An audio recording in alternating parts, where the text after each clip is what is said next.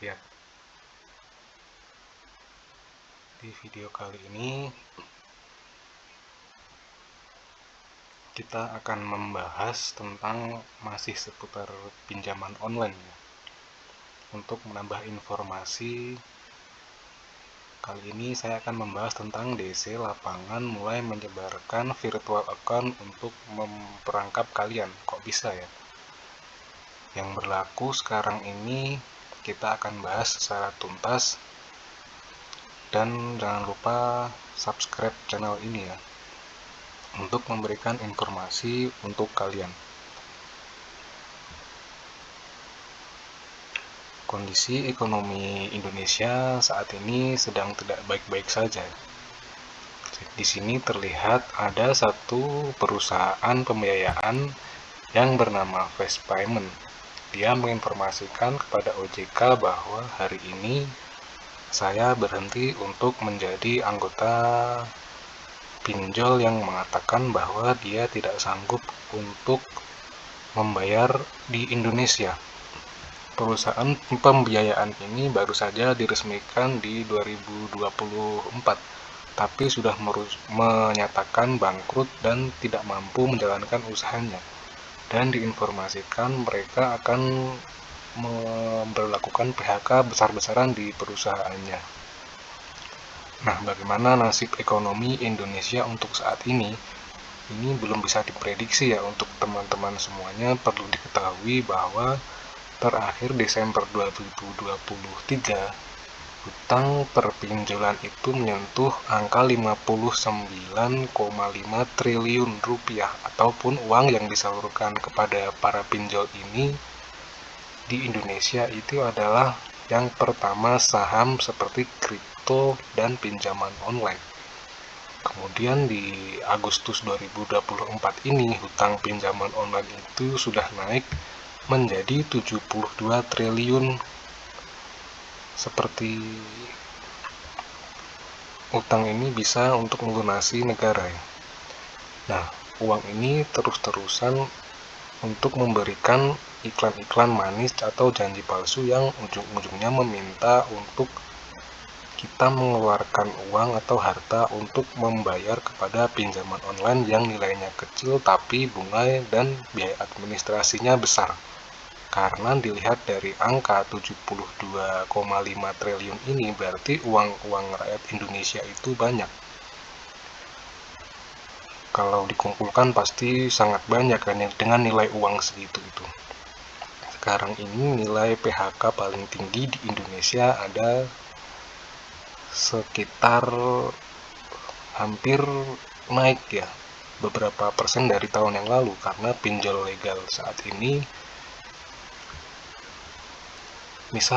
masih bisa dipertahankan agar nanti ekonomi Indonesia kembali pulih ya. Sebenarnya yang untuk menjadi PR pemerintah itu adalah yang pertama pinjaman online dan korupsi atau manipulasi ya. Kita orang bawah adalah bagian dari pemerintah. Kita terus diiklani oleh pinjaman online dengan jumlah pinjaman yang besar ya, yang dimana uang ini bisa berpindah kepada pemerintah.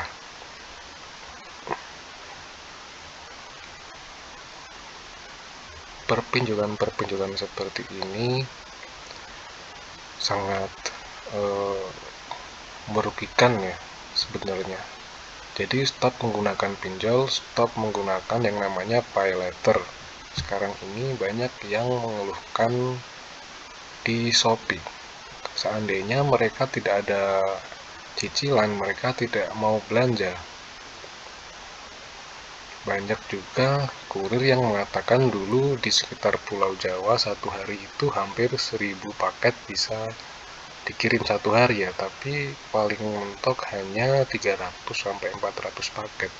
Itu informasinya.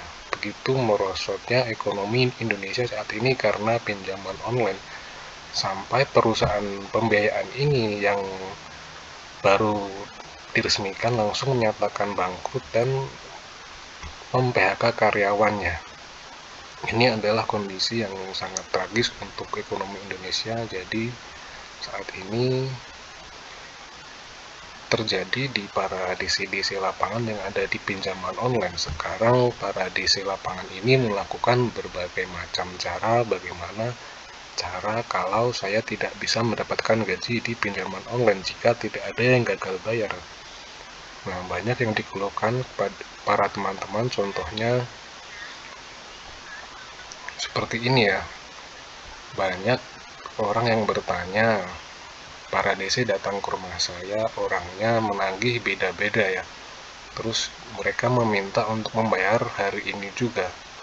Dan mereka bilang hanya membayar pokoknya saja. Dan juga virtual account.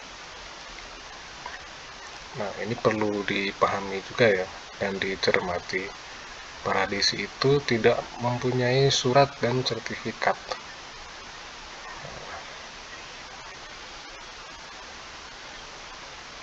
Nah, seperti itu ya.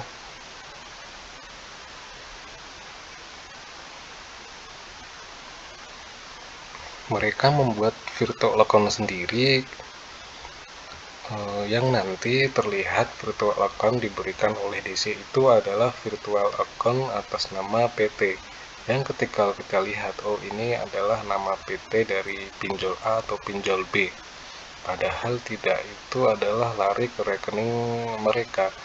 Kalau memang seperti ini, belum ada yang bayar tapi sudah ada yang belum terjadi ketika mau melaporkan, kita orang yang awam ini lupa mereka menyimpan struk pembayarannya.